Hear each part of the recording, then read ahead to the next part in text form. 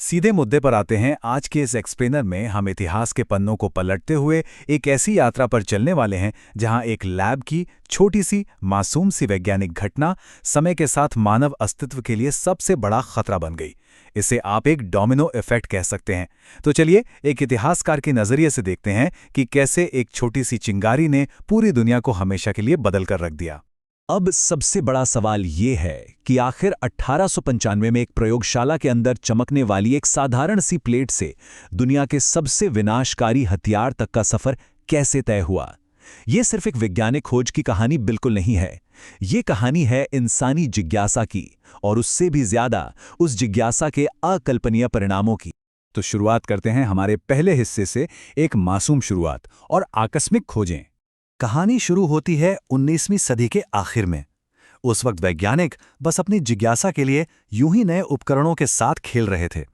किसी को कोई अंदाजा नहीं था कि वे क्या खोज रहे हैं। 1895 में जर्मनी में विल्हेम रॉन्टजन ने अपनी कैथोड रे ट्यूब को काले गत्ते से ढका, लेकिन पास रखी एक प्लेट फिर भी चमकने लगी। उन्होंने इसे रहस्यमयी एक्स रे नाम दिया। फिर एंट्री होती है मैरी क्यूरी की, जिन्होंने पोलोनियम और रेडियम खोजा। उनका विज्ञान के प्रति जुनून इतना गहरा था कि अंततः इसी रेडिएशन ने उनकी जान ले ली। और आपको पता है सबसे दिलचस्प बात क्या है? एक पूरी तरह से फेल हो चुके प्रयोग ने फिजिक्स की दुनिया को हिला के रख दिया।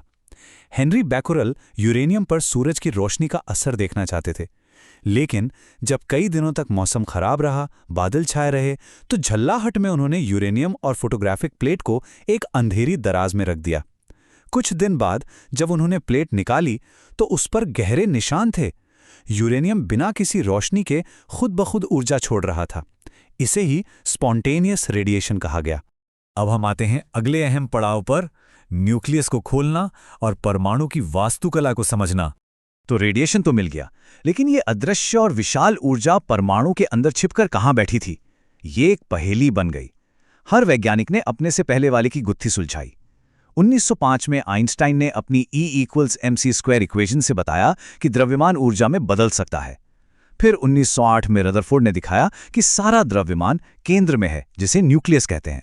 और अंततः 1932 में जेम्स चैडविक को मिला न्यूट्रॉन। बिना किसी चार्ज वाला ये कण वो गॉन था जो न्यूक्लियस को जोड़े रखता था। और सच कहें तो यही वो चाबी थी जिससे भविष्य में परमाणु का ताला टूटने वाला था। चलिए अब आगे बढ़ते हैं। द चेन रिएक्शन, जिसे तोड़ा न जा सके उसे तोड़ना। अब यहां से कहानी का रंग थोड़ा गहरा और डरावना होने लगता है। 1930 के दशक के अंत तक दुनिया एक भयानक युद्ध के मुहाने पर थी, और इसी बीच न्यूक्लियर फिशन यानी परमाणु विखंडन का तरीका सामने आया।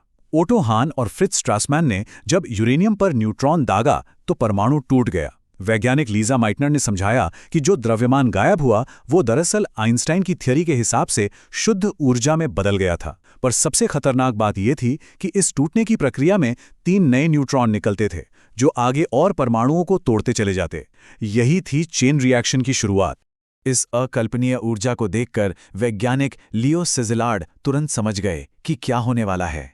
उन्हें एहसास हुआ कि इस चेन रिएक्शन से एक ऐसा बम बन सकता है जो दुनिया खत्म कर दे। और क्या हो अगर हिटलर ने इसे पहले बना लिया? सिज़लार्ड ने कोई चांस नहीं लिया। उन्होंने अल्बर्ट आइंस्टीन के नाम और रुतबे का इस्तेमाल करते हुए अमेरिकी राष्ट्रपति रूजवेल्ट को एक चेतावनी भरा खत भिजवाया। और बस इसी एक कदम ने इतिहास के सबसे मशहूर और कुख्यात मैनहट्टन प्रोजेक्ट की नींव रख दी। अब आप सोच रहे होंगे कि ये सब थ्योरी से असलियत में कैसे बदला। साल था 1942। एनरिको फर्मी ने शिकागो यूनिवर्सिटी के एक स्क्वैश कोर्ट के बेसमेंट में शिकागो पाइल 1 नाम का रिएक्टर तैयार किया। ये प्रयोग कितना खतरनाक था, इसका अंदाज़ा आप इसी बात से लगा सकते हैं कि अगर रिएक्शन आउट ऑफ कंट्रोल हो जाती तो वहां मौजूद हर इंसान मारा जाता।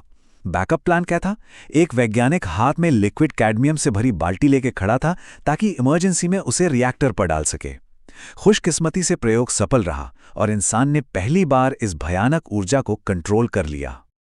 और इसी के साथ हम पहुंचते हैं अगले चरण पर, निर्माण का बोझ और महाविनाश की गणना। एक इतिहासकार की नज़र से अगर हम देखें तो ये विज्ञान के इतिहास का सबसे बड़ा यू टर्न था। मैनहट्टन प्रोजेक्ट से पहले विज्ञान का मतलब क्या था? बस दुनिया को समझना, मेडिकल एक्सरे जैसी चीज़ें खोजना और शायद एक नोबेल प्राइज़ जीतना। लेकिन परमाणु युग के आते ही पूरी परिभाषा बदल गई। अब विज्ञान का काम था देशों का अस्तित्व बचाना, सामूहिक विनाश के हथियार बनाना और ये कैलकुलेट करना कि दुनिया कैसे और कब खत्म हो सकती है। वैज्ञानिकों के कंधों पर अचानक से अपनी ही बनाई गई मौत की मशीन का भारी बोझ आ गया था। और ये बोझ कितना खौफनाक था, इसका अंदाज़ा इस एक बात से लगाइए। प्रोजेक्ट के दौरान एडवर्ड टेलर नाम के वैज्ञानिक ने एक कैलकुलेशन की और एक ऐसा सवाल पूछा जिसने सबके होश उड़ा दिए। क्या परमाणु बम की बेतहाशा गर्मी वायुमंडल में मौजूद 78% नाइट्रोजन में आग लगा देगी? जरा सोचिए, अगर ऐसा होता तो पूरी पृथ्वी ही सचमुच एक धधकते आग के गोले में बदल जाती। ये डरावना सच सीधे प्रोजेक्ट के डायरेक्टर रॉबर्ट ओपेनहाइमर के पास पहुंचाया गया। मुख्य कैलकुलेटर हांस बेथ ने बार बार गणित को जांचा और कहा कि वायुमंडल के जलने की संभावना लगभग 0 है। लगभग 1945 के ट्रिनिटी टेस्ट से पहले सिर्फ 4 लोग ये भयानक बात जानते थे। कल्पना कीजिए उस मानसिक दबाव की। अगर उनकी गणना जरा सी भी गलत होती तो दुनिया का अंत उसी दिन तय था।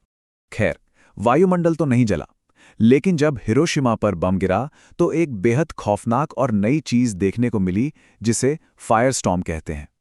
ये कोई आम विस्फोट नहीं था।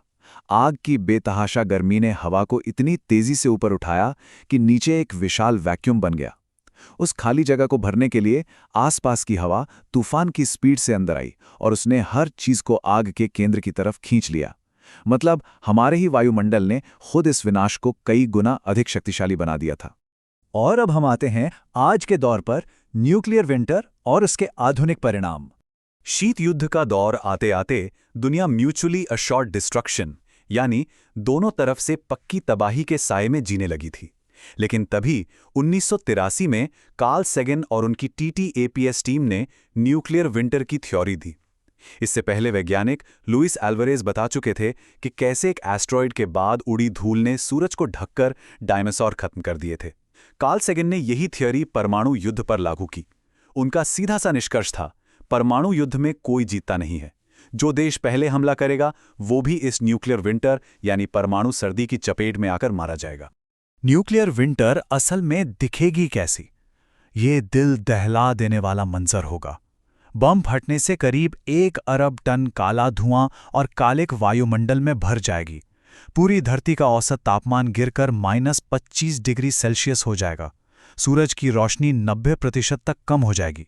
बिना धूप के प्रकाश संश्लेषण रुक जाएगा। सारी फसलें मर जाएंगी और हफ्तों के भीतर पूरी दुनिया की फूड चेन पूरी तरह तबाह हो जाएगी। और हाँ, जो पानी बचेगा वो भी पूरी तरह से रेडियोधर्मी होगा। अब आप सोचेंगे कि ये तो सिर्फ अमेरिका या रूस जैसी बड़ी ताकतों का मसला है, लेकिन ठहरिए, 2006 की एक रिसर्च ने साबित कर दिया कि अगर भारत और पाकिस्तान जैसे देशों के बीच एक सीमित क्षेत्रीय परमाणु युद्ध भी होता है तो उससे भी इतना धुआं उठेगा कि पूरी दुनिया न्यूक्लियर विंटर की चपेट में आ जाएगी। तो आज वैज्ञानिक जिम्मेदारी और तबाही का ये बोझ अब पूरी दुनिया का साझा भविष्य बन चुका है। तो क्या होगा अगर हमारी नीतियां और समझदारी फेल हो जाएं? हमें बेहद खौफनाक कदम उठाने पड़ेंगे। इंसान को अपनी जान बचाने के लिए वापस जमीन के नीचे बने बंकरों में जाना होगा। सूरज की रोशनी के बिना जिंदा रहने के लिए हमें स्पाइरोलीना, शैवाल जैसी चीज़ों को वर्टिकल फार्मिंग के जरिए उगाना पड़ेगा। और हमारे पावर ग्रिड्स को बचाने के लिए विशाल फराडे केज बनाने होंगे। जरा सोचिए, इंसान को अपनी ही शानदार वैज्ञानिक खोजों से बचने के लिए पाषाण युग की तरह वापस गुफाओं में लौटना पड़ेगा। और अंत में ये पूरी ऐतिहासिक यात्रा हमें एक बहुत ही गहरे और झकझोर देने वाले सवाल पर लाकर छोड़ देती है। 1895 की उस जर्मन लैब में शुरू हुई हमारी उत्सुकता ने हमें ब्रह्मांड की सबसे असीमित शक्ति तो दे दी, लेकिन क्या हम वाकई इतने समझदार हुए हैं कि अपनी ही बनाई इस प्रलय से खुद को बचा सकें? क्या विज्ञान की ये उड़ान ही इंसानियत का आखिरी पन्ना लिखेगी? इस एक्सप्लेनर में हमारे साथ जुड़ने के लिए बहुत बहुत धन्यवाद। इस सवाल पर जरूर सोचिएगा।